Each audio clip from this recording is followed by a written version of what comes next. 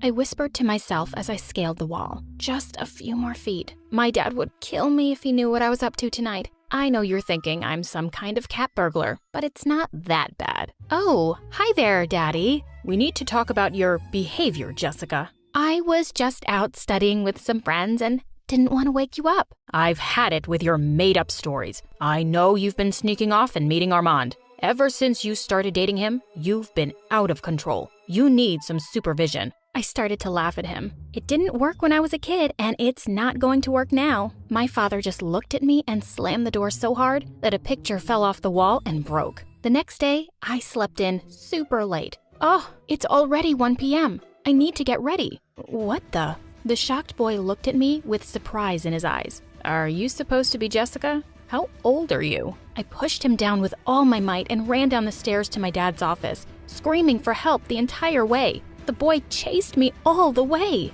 Daddy! Daddy, help! This guy is trying to kidnap me. He looked over his glasses and chuckled. So, I see you've already met your new babysitter, Liam? Babysitter? I'm a teenager. If it makes you feel better, we can call him your bodyguard. Ugh, I don't have time for this. I have to go meet Lisa at the mall. Great. I hope you 3 have a good time. I thought it was all some kind of sick joke until Liam hopped in the limo with me. And what do you think you're doing? Liam let out a long sigh. I'm following your father's orders and supervising your little trip.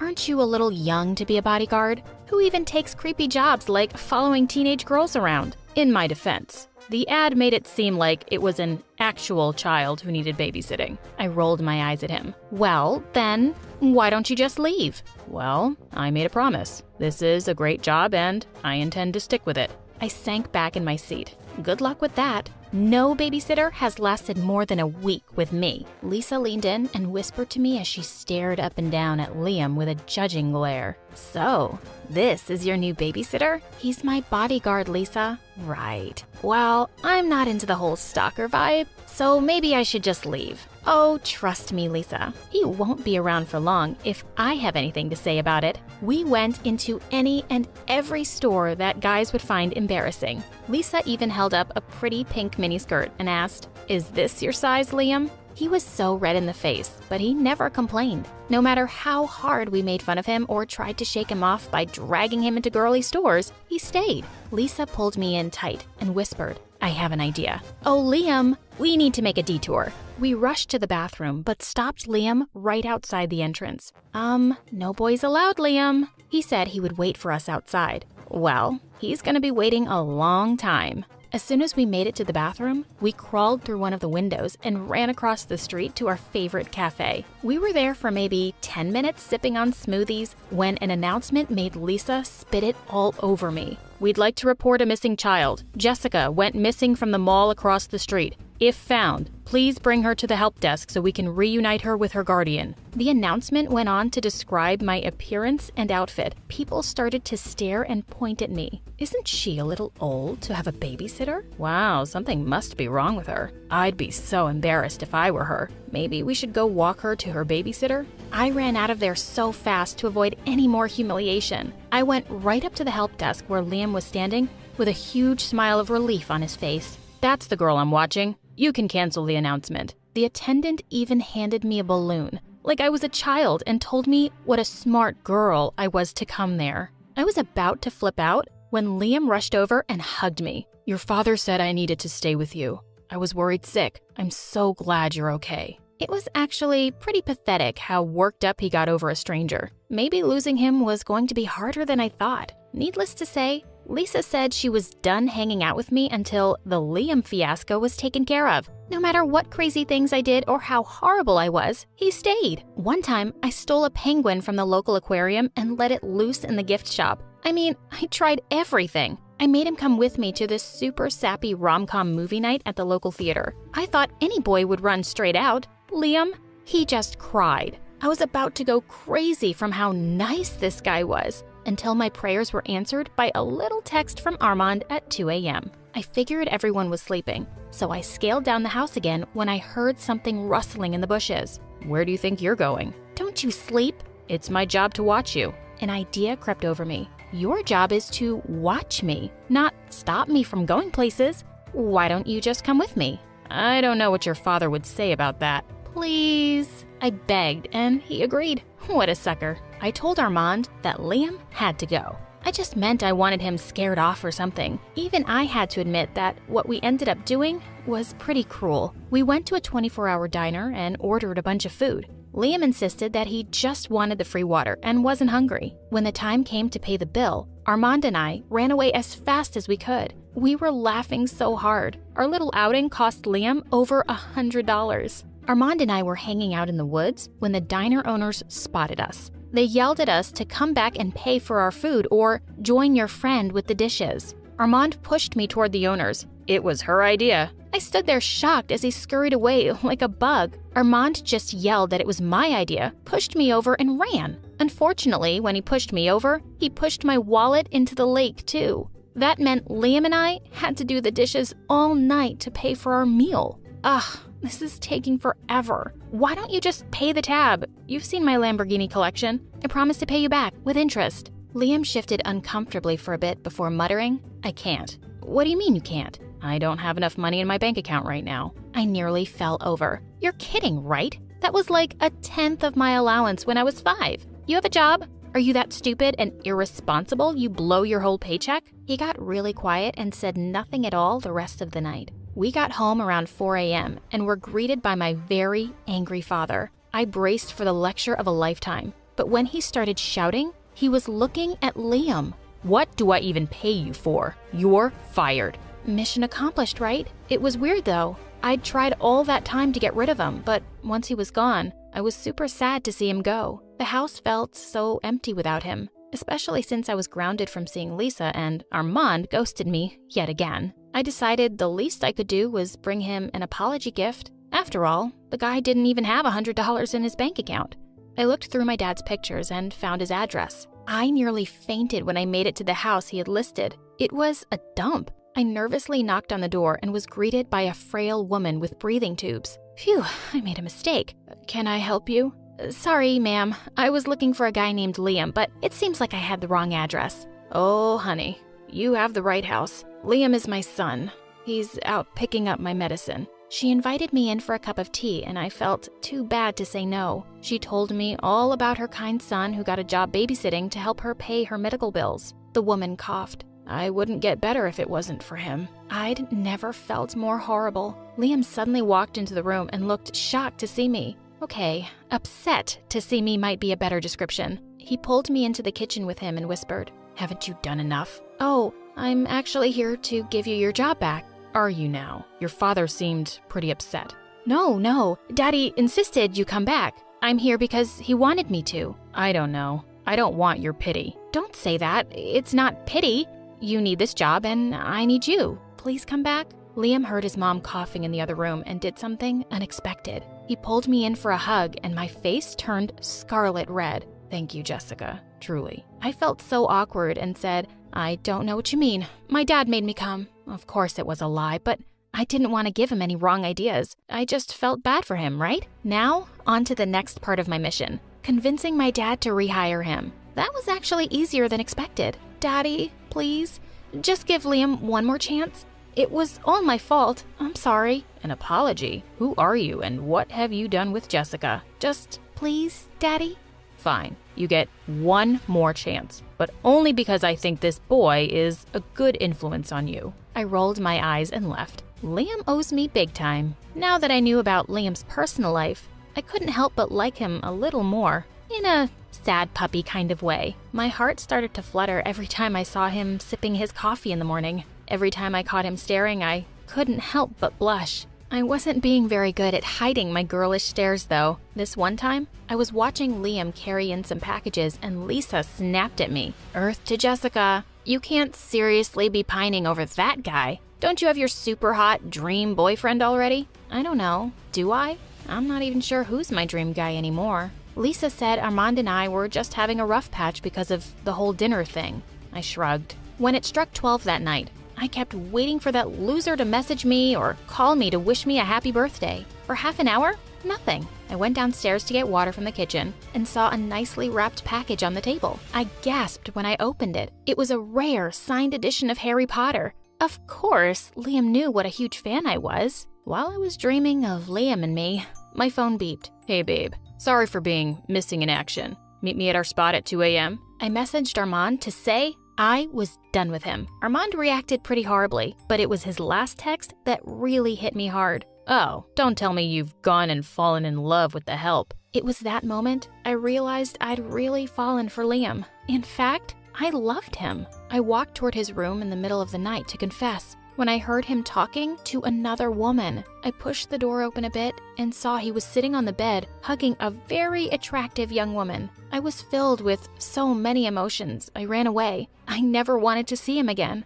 I ran back to my room and called Armand and said I took everything back and wanted to meet him tonight. This time, Liam was too preoccupied to notice me leaving. We hung out at a park and spray painted a wall. Of course, Armand left when the police came, but they caught me. They had to drop me off at my house at 4 a.m. My dad was so mad I thought he was going to explode. He ran over to Liam's room to yell at him and I followed. When he pushed open the door, he saw Liam sleepily getting up off the floor and the surprised woman sleeping in his bed. And you brought a girl here?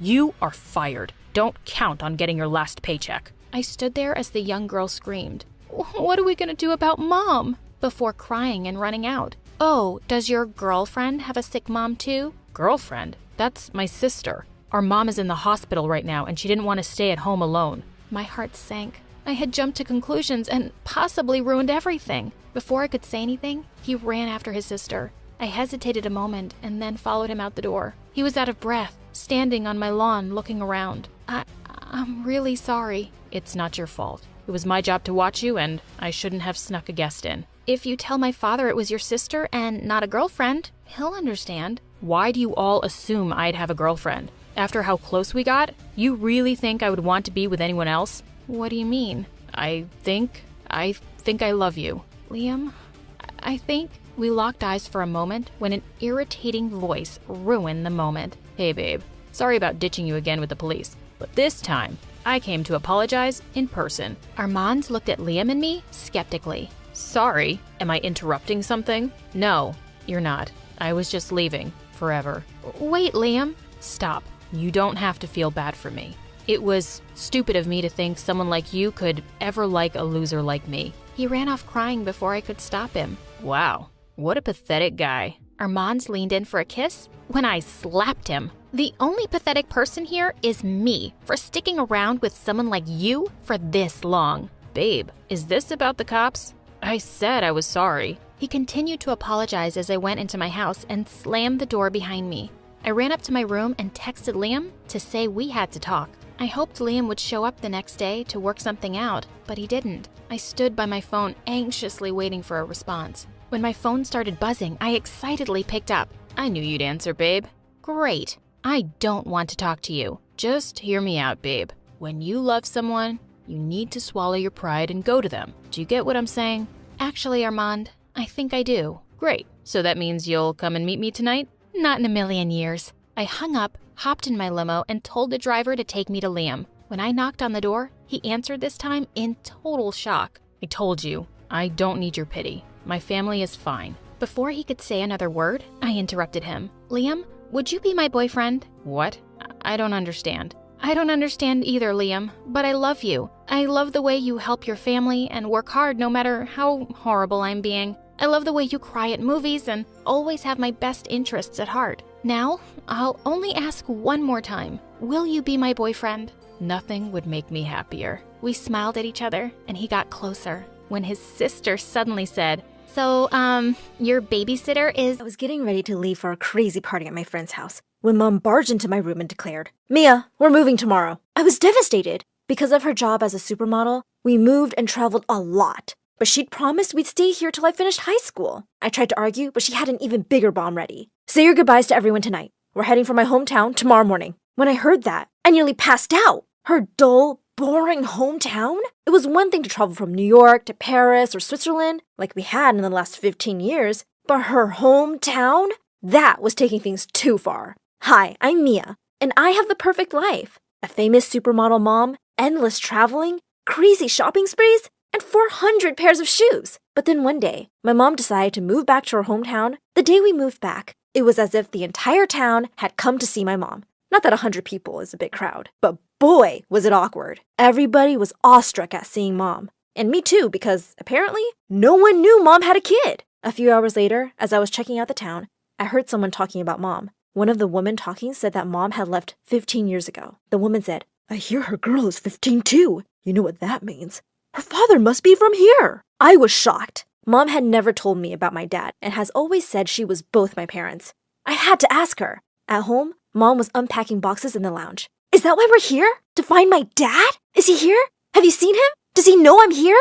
But what my mom said left me horrified. "You will not be meeting him. I'll make sure of that." I tried to ask her why, but she just said that she was my dad. She said she'd raised me alone and we didn't need anyone else now. I begged to differ. I needed a dad. My dad. Just get ready for school tomorrow. Like hell I would. I was on a mission to find my dad. I couldn't stop wondering who he was and if he missed me. As I sat in my first class the next day, everyone was staring at me. The girls kept giving me jealous looks, and 3 guys had already asked me out. Small towns were so boring. I was like a shiny new toy. But I was soon to be very not bored. You see, as soon as my teacher, Mr. Jason, came into the room, he took one look at me and screamed, "Joanne?" Joanne was my mom's name. I told him that we had moved back yesterday. His eyes widened. "Joanne is back? And she has a 15-year-old daughter? That's what I just said." Immediately, he turned around and left the room. That was so weird. A girl behind me laughed and said, "Awkward. No one really likes you or your mom around here." I was furious. I didn't even know this girl. But before I could reply, someone else cut in. "Cut it out. You're just jealous because she and her mom are so pretty." I blushed and looked at the boy who said that. He was a cute, brown-haired boy. The way he looked at me gave me butterflies. After school, I was about to leave when Mr. Jason ran up to me. He pushed a huge teddy bear and a packet of candy into my arms and said, "Take these! Did your mom tell you I'm your dad? Is that why you're in my class? How could she hide you from me?" As he left, sniffling, I stared after him in shock. What was he talking about? Just then, a guy ran up to me and said, "Hey, sweetie, want to go on a date with me? You're the prettiest girl in this school, ever." Another shoved him aside and said, "Dream on, loser. She's going on a date with me first." Suddenly, the boy from class came over to me and said, "Stop it, guys. Can't you see you're making her uncomfortable?" And he sent them away. I thanked him, and he introduced himself as Aaron. "Do you maybe want to hang out with me? We can watch a movie?" My heart fluttered. Sure. We had just walked up to his door when his next-door neighbor, who was mowing the lawn, screamed. He was staring at me and looked like he'd seen a ghost. "Joanne?" Okay, this was so annoying. Did I look old enough to be in my 30s? Aaron told this guy, Tom, that I was Joanne's daughter. To my shock, he ran over to hug me. I felt so embarrassed when he looked at me with tears in his eyes and said, "I never knew! How could she hide this from me? It's so cruel!" I gasped. What was he trying to say? Were you Mom's best friend? Could you help me find my dad? Your dad? If you're 15, I'm sure I'm your dad. She didn't even tell you? I want to talk to her. Where is she? Before I could say anything though, Tom ran back to his house, leaving the two of us alone. Then Aaron said, "Wow, that was weird. They must have been real good friends." Yeah, looks like it. Yeah. Do you maybe want to get some ice cream now? I was barely listening.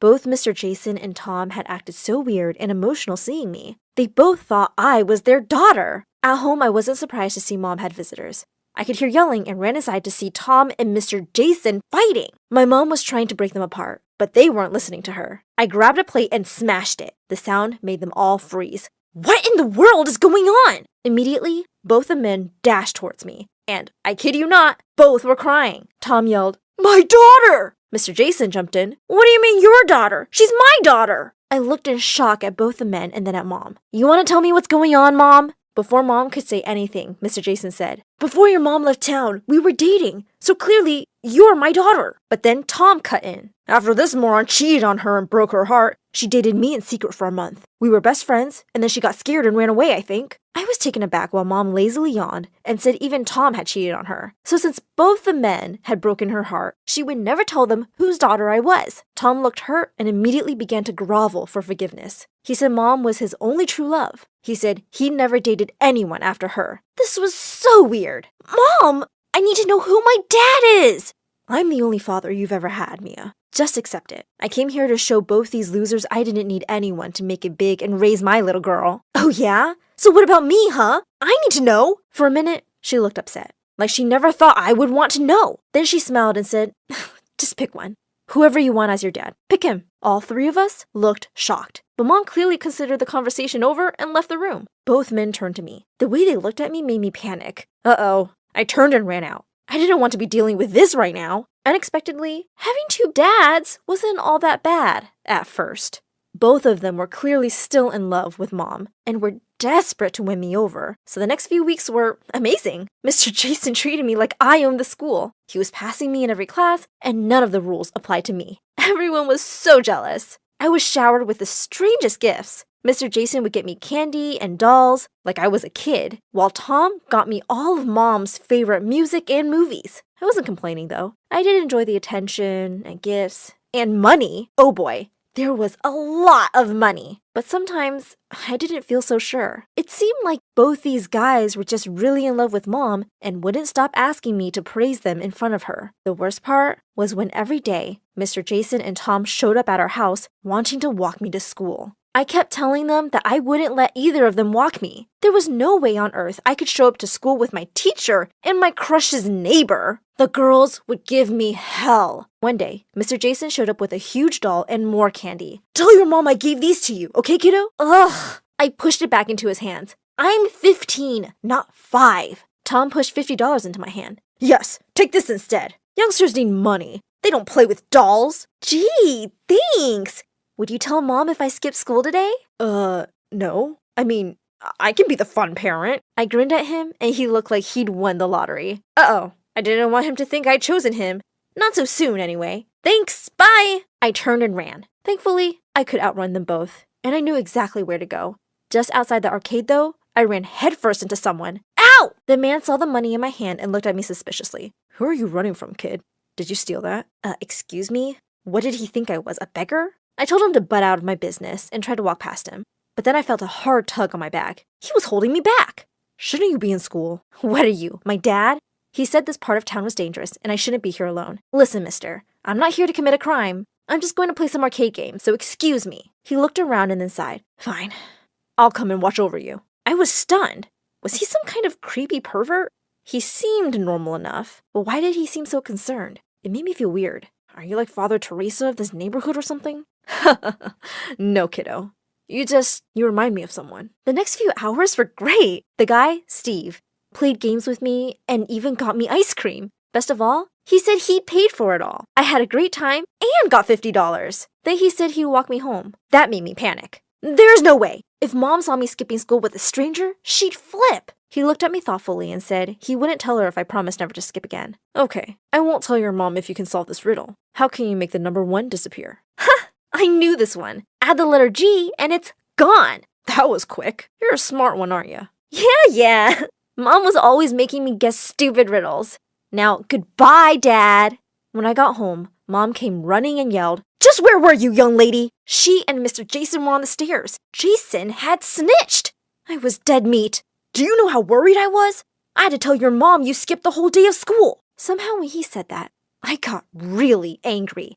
I knew he was really just trying to get close to Mom. Listen, you're not my dad, okay? You're just trying to score points with her by ratting me out. Oh no, my child, that's not. But I wasn't going to listen. I went to my room and slammed the door while Mom yelled, You're grounded forever, Missy! So annoying. Just then, there was a knock on the window. I gasped. This was the 2nd floor.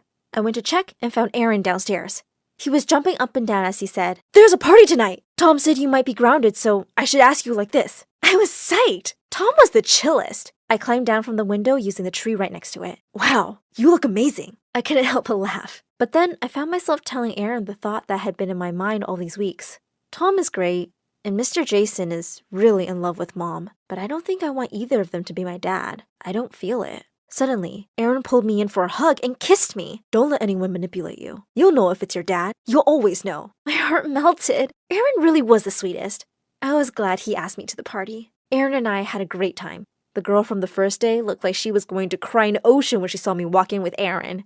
I grinned at her. Aaron hadn't even noticed her. We hadn't been dancing for long when the door flew open and Mom barged in. Oh no. Mia? Where are you, Mia? I tried to duck under the table, but Tom spotted me and ruined everything. She's there! I see her, darling! He really did me dirty. As Mom dragged me out of the room, I saw the girls laughing at me. Outside, I pulled away from Mom. Stop it, Mom! She yelled at me, right on the road. No, you cut it out. I've never seen a more troublesome, annoying girl. Before I could reply, someone cut in and said, Really? Because I might have, Joanne. It was Steve. But when Mom turned to look at him, it was like she'd seen a ghost. The color drained from her face. Steve? The one and only. I knew that kid was familiar. Fancy her being yours. I was thrilled to see him and ran up to him. I said, You know my mom? He seemed so happy to see her. But Mom's reaction seemed odd. She grabbed my arm and pulled me away, saying, Enough. Let's go home. Both Steve and I were shocked. He tried to talk to her, but all she said was, Stay away from me, Steve. And stay away from my daughter. Not until you tell me why you did it. Why did you just run away? And why are you back now, huh?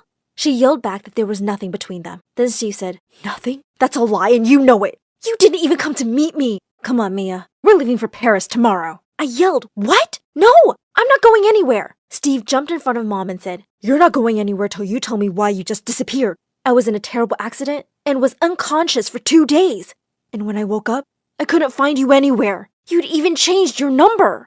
Mom shouted back, Don't lie. You stood me up, just like the other two. I was going to propose that night. Mom started shaking, and that's when Steve took out a chain he was wearing. On it was a ring. You... what? Of course. We were in love, and you said you had some great news for me. What was it? Mom could barely speak. The news, it was... She looked at me, and then at him, and for a moment, I thought she was joking.